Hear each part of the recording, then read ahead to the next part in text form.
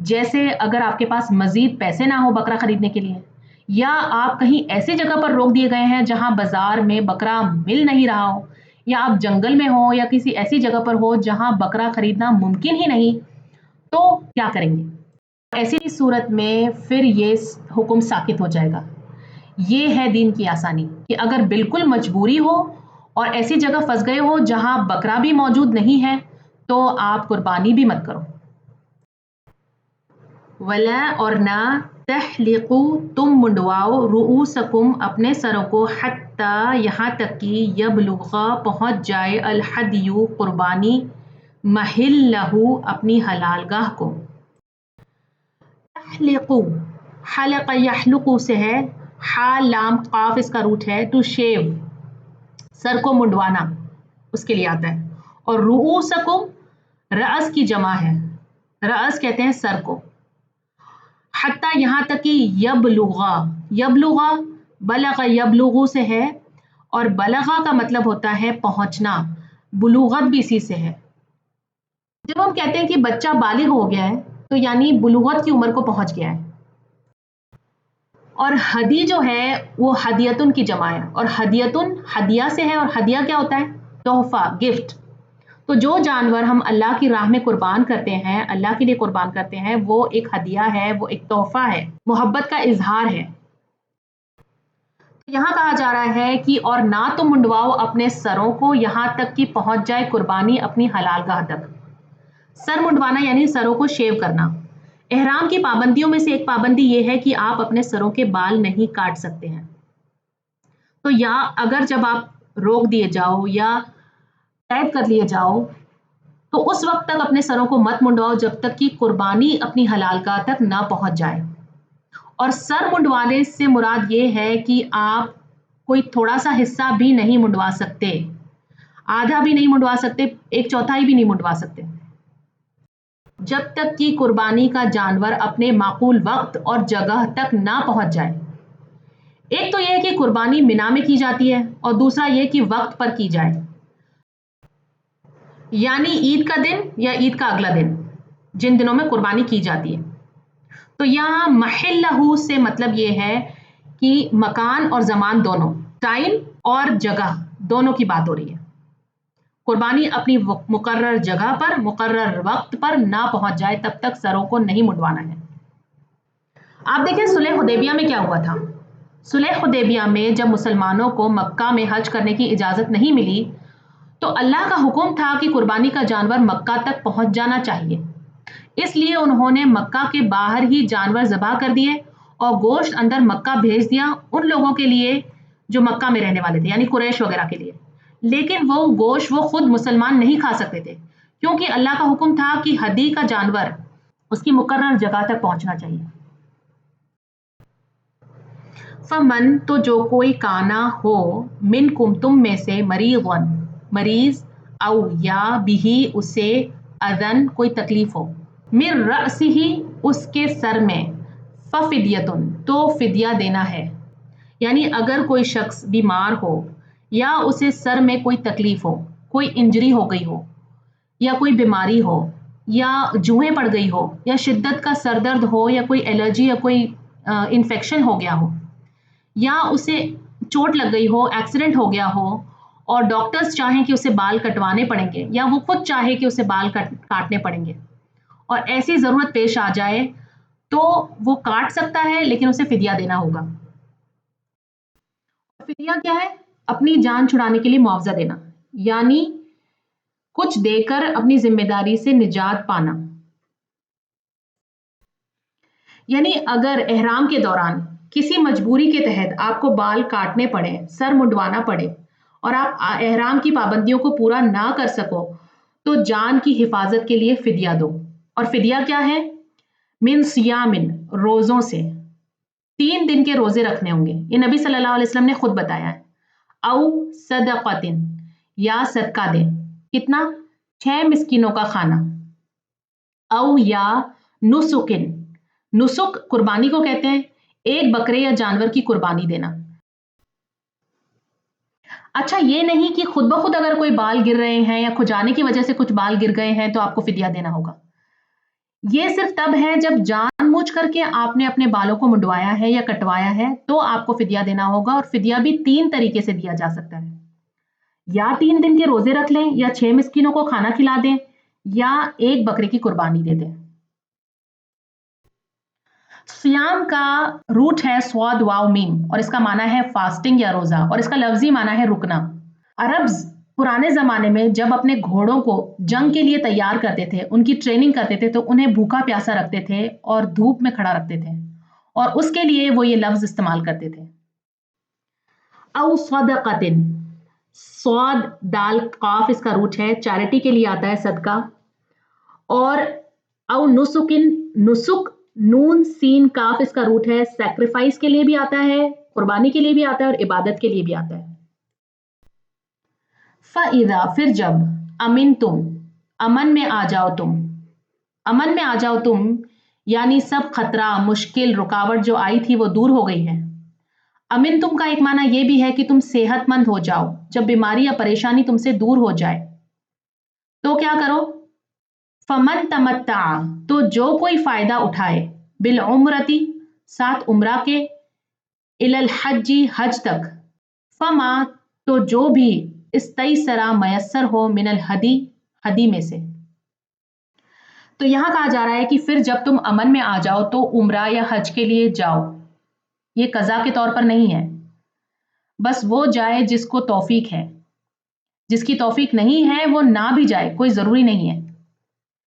یہ میں اس وجہ سے کہہ رہی ہوں کیونکہ حدیبیہ کے موقع پر 1400 صحابہ گئے تھے حج کے لیے، وہ حج نہیں کر سکے، لیکن اگلے سال جب وہ دوبارہ گئے تو سب نہیں گئے تھے۔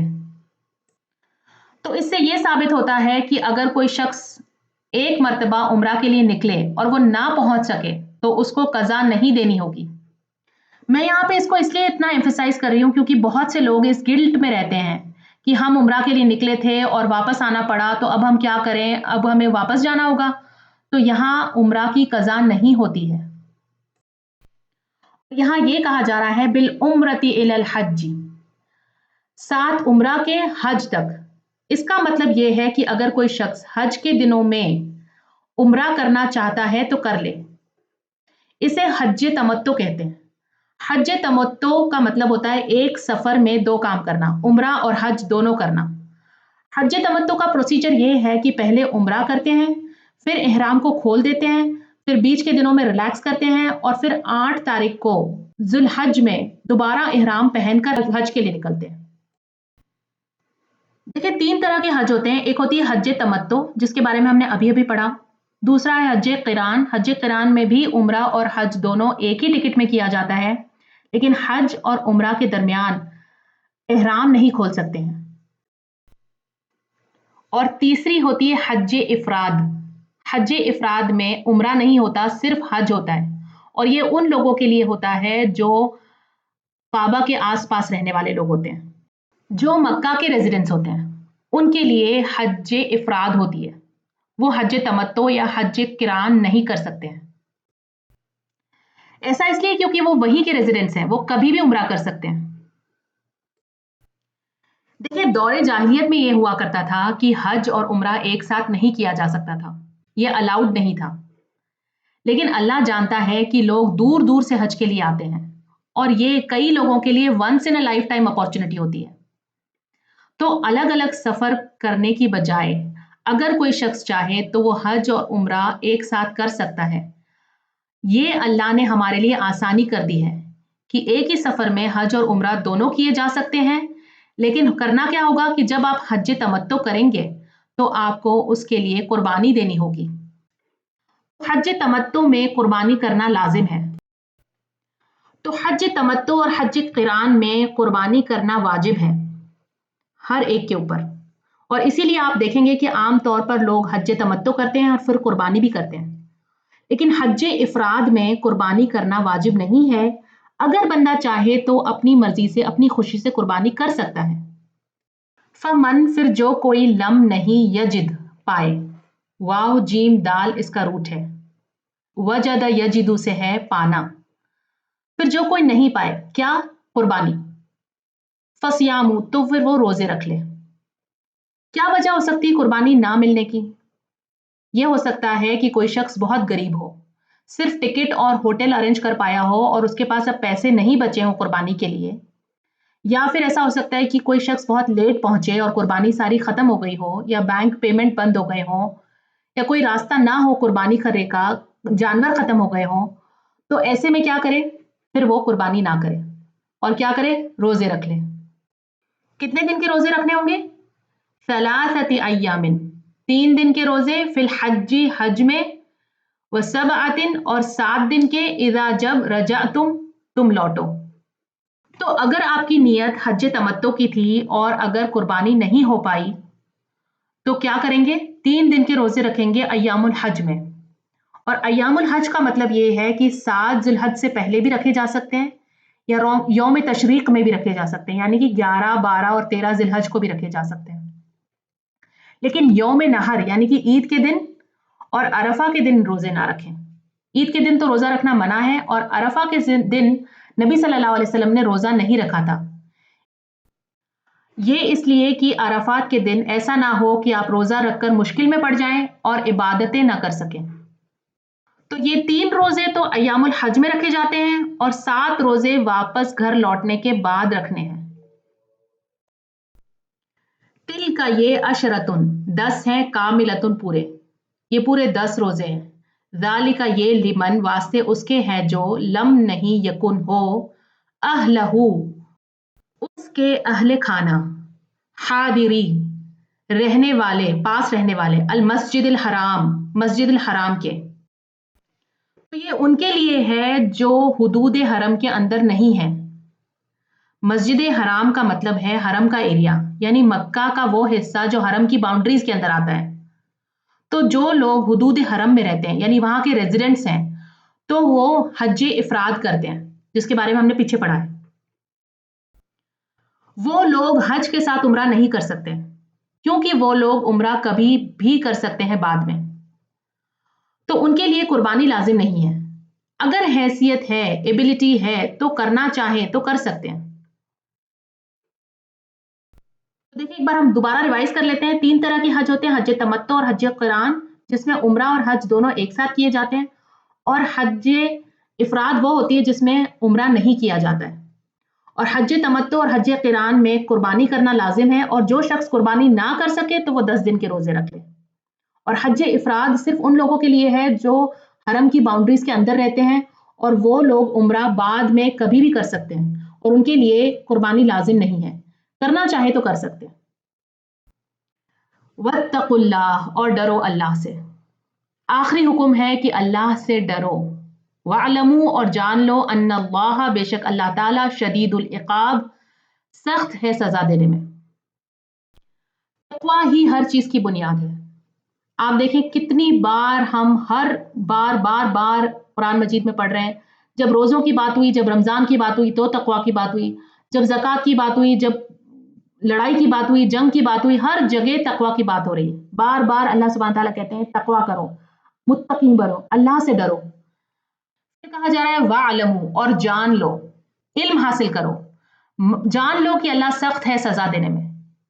شدید العقاب، عقب یقب سے ہے، اور اس کا مطلب ہے سزا جو پیچھا کرے۔ تو اللہ سخت ہے سزا دینے میں، یہاں معنی ریٹریبیوشن کا بھی ہے، یعنی اللہ سخت ہے بدلہ لینے میں۔ تو یہاں کہا جا رہا ہے کہ جب حج کے معاملے میں، ریچولز کے معاملے میں، عبادت کے معاملے میں، قربانی کے معاملے میں، روزے کے معاملے میں تم معاملہ کرو تو اللہ سے ڈرتے رہو، کیونکہ اللہ سخت ہے سزا دینے میں۔ اسے معمولی نہ سمجھو، اسے ہلکے میں نہ لو، اسے ہمیشہ سیریسلی لو۔ دوسرا یہ کہ جب آپ حج کے لیے جاؤ تو وہاں اللہ سے ڈرتے ہوئے جاؤ، اپنے گناہوں کی معافی مانگنے کے لیے جاؤ، عبادت کی نیت سے جاؤ، کسی اور مقصد کے لیے نہ جاؤ، سیلفی لینے کے لیے نہ جاؤ، بزنس پرپسز کے لیے نہ جاؤ، کسی اور مقصد کے لیے نہ جاؤ، صرف اللہ کے لیے جاؤ۔ حج اور عمرہ کو تمام کرو، پورا کرو، ادھورا نہ چھوڑو۔ اور ایک سب سے ضروری بات، جب آپ حج اور عمرہ کے دوران لوگوں کے ساتھ معاملہ کرو تو ان کے ساتھ نرمی سے معاملہ کرو۔ لوگوں کو دھکا نہیں دے سکتے، لوگوں کی مذاق نہیں اڑا سکتے، وہاں برائی نہیں کر سکتے، غیبت چگلی نہیں کر سکتے، لڑائی جھگڑے سے بچو، سب بری حرکتوں سے بچو، یہ بچنا ضروری ہے۔ اللہ کا تقوی کرو، اللہ سے ڈرو۔ یہاں اللہ سبحانہ تعالیٰ کہہ رہے ہیں کہ جان لو، سمجھ لو، اس بات کو مان لو کہ بے شک اللہ تعالیٰ سخت ہے سزا دینے میں۔ اور سب سے بڑی مشکل یہ ہے کہ بہت سے لوگ اس بات کو ہی نہیں سمجھنا چاہتے، وہ جاننا نہیں چاہتے، وہ اس کا علم حاصل کرنا ہی نہیں چاہتے۔ جب ان سے یہ کہا جائے، جب انہیں یہ بتایا جائے کہ اللہ سخت ہے سزا دینے میں، تو وہ کہتے ہیں نہ ڈراؤ، ہم سے یہ سب بات مت کرو، ہمیں یہ سب نہیں سننا، ہم یہ نہیں سننا چاہتے۔ ٹھیک ہے تو مت سنو، لیکن جب یہ اللہ کی سزا سامنے آئے گی تو احساس ہو جائے گا کہ کاش ہم نے اللہ کے کہنے کے مطابق زندگی بتائی ہوتی۔ جو شخص اس علم سے محروم ہے وہ بہت نقصان میں ہے۔ دین خواہشات کا مجموعہ نہیں ہے، مرضی کی بات نہیں ہے۔